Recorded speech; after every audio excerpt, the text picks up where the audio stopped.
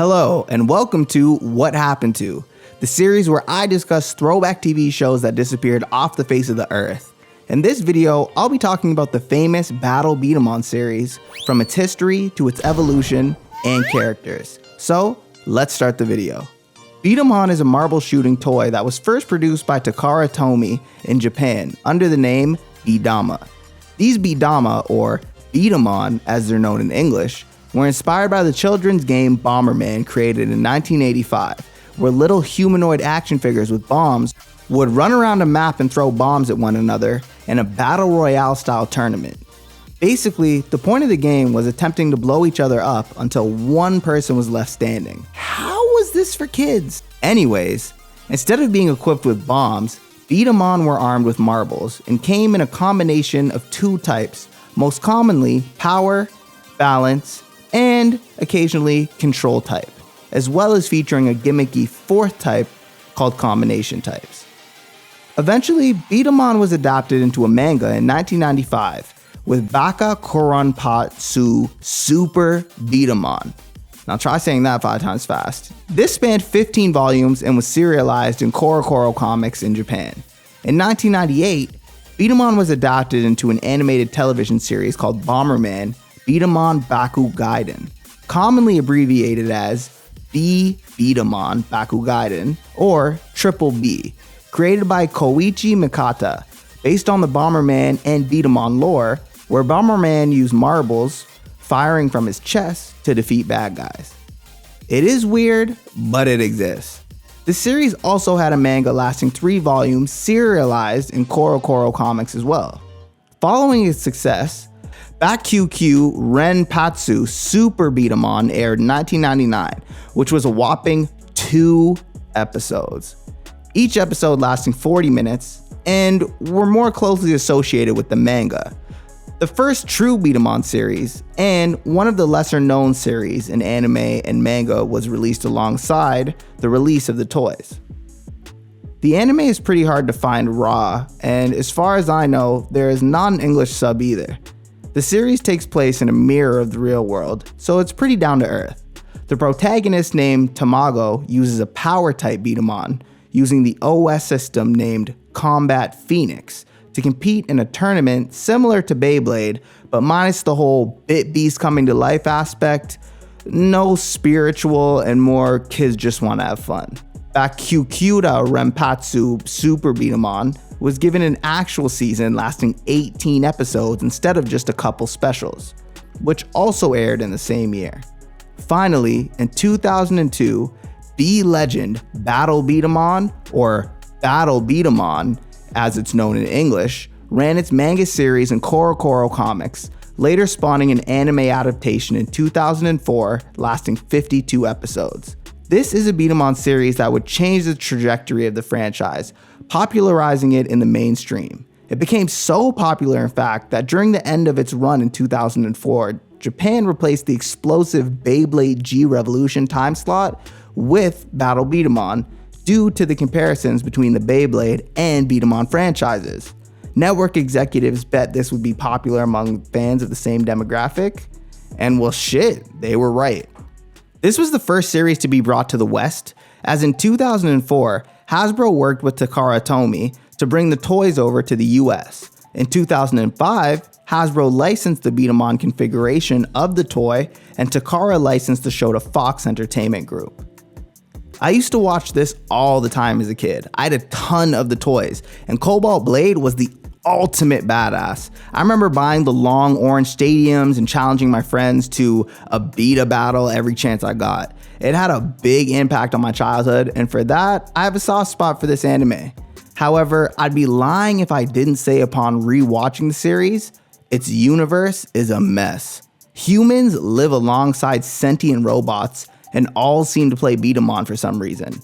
They are all aware of the B-Damon god, yes, a god. She doesn't really do much for the show's first season outside of fourth wall breaks before the episode begins, though season 2 was directly influenced by her. Next is B-Legend B-Damon Fire Spirits. In 2005, lasting 51 episodes, known as Battle B-Damon Fire Spirits in English. The few B-Damon released under this lineup are upgraded versions of the original Zero system B-Daman. This time, rather than sharing a similar body, these B-Daman use the same head, arm, and leg parts, but their cores are completely unique. Now, let's discuss some of the main characters of Battle B-Daman. One of them is Yamato Delgado, the IBA world champion and the adopted son of Mai Delgado. He loves to dress in Western attire and wears pants and sleeveless jackets most of the time. Yamato is extremely generous and is rarely discouraged. Next is Bull Borgnine, who made his first stunning appearance in Mai's Cafe.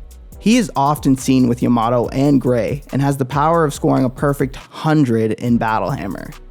Nana is another main character in the Battle B-Daman franchise, a 13-year-old girl with purple eyes and long hair. She is very enthusiastic, kind to her cousin Hito Tamaga, and her temper can go off at any second. Now in this series, Cobalt Blade was updated to Cobalt Blade Saber Fire, a powerful blade that is heavily based on the Super B-Daman Guardian Phoenix. The main game for Battle B-Daman was Direct Hit Battle. Both players put a special armor set on their B-Daman and attempt to shoot their opponent's B-Daman, which upon impact, a bar will drop over the core, stopping your opponent from firing. The first person to get shot and have their bar drop loses. After this is BAKUKYUU hit Crash B-Daman in 2006. Lasting 50 episodes, this is more commonly known simply as Crash B-Daman. This is the most controversial B-Daman series of all time. So, put it simply, the manga is Dark Souls and the anime is Mario Odyssey. This series never saw a release outside of Japan and a few other countries in Asia due to the amount of violence and the fact that instead of using these little beta toys, they're using guns. There are two lines in the series, the 3-block system and the synchro weapon system. The B-Daman uses pistol grips with triggers to fire marbles instead of a long trigger and holds parts on the arm. Next, after this series is CROSSFIRE B-Daman, airing in 2011 and lasting 52 episodes. The English version of this anime is known as B-Daman Crossfight.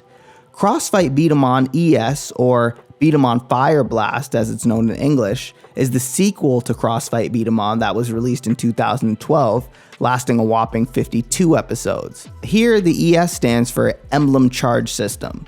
Don't question the lack of a C, I honestly have no clue, but maybe it sounded cooler? ES? ECS? I don't freaking know, man.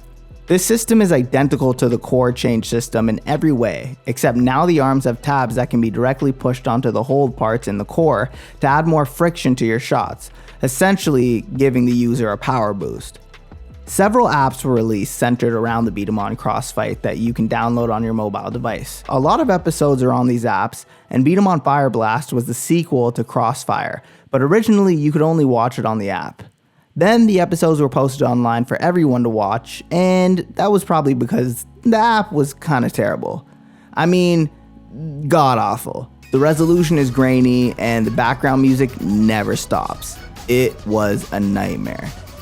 The change of the different capabilities of the toys such as speed, power, accuracy, and distance are really what enticed a lot of kids when I was younger to actually enjoy this series and play with these games. It was pretty much kind of like a Beyblade Part 2, but instead of rehashing the old formula and just naming it something else, they did a pretty cool job at creating a completely new system of play. And that's really what jump-started this anime and made this manga that popular. It was dope. Unfortunately, it just wasn't as good as Beyblade. But that's a different video. Similar to Beyblade, there were a number of B-Daman tournaments that took place in real life that boosted the popularity of the toys as well as the anime and manga. As of most recent, there was a tournament in Greece in November 2016. The tournament was small and the competition looked like several versions of bowling just with B-Daman. The B-Daman tournaments would always take place next to the Beyblade tournaments during the peak of the popularity of B-Daman, except for the World Tournament for both franchises. If you look at the rules of the B-Daman tournaments, there are like 16 different styles of playing. The B-Daman official YouTube channel still exists and has commercial episode recaps and full episodes on the channel. The website for Hasbro still exists, but it's pretty much a barren wasteland, since every link leads nowhere and any content has been stripped from the website. A strange and uncomfortable atlas site for B-Daman still exists, but there's so little info here that it's not really worth checking out.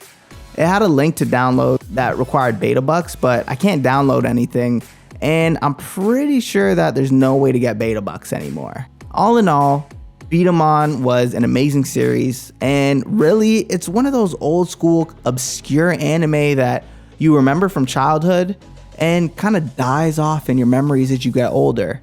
But low-key, it still has a place in your heart. That's all about B-Daman. If you think I've missed something, mention it in the comments below. If you liked the video, give me a big thumbs up, click the subscribe button, turn on the bell notification, and until next time, peace. Thanks for watching.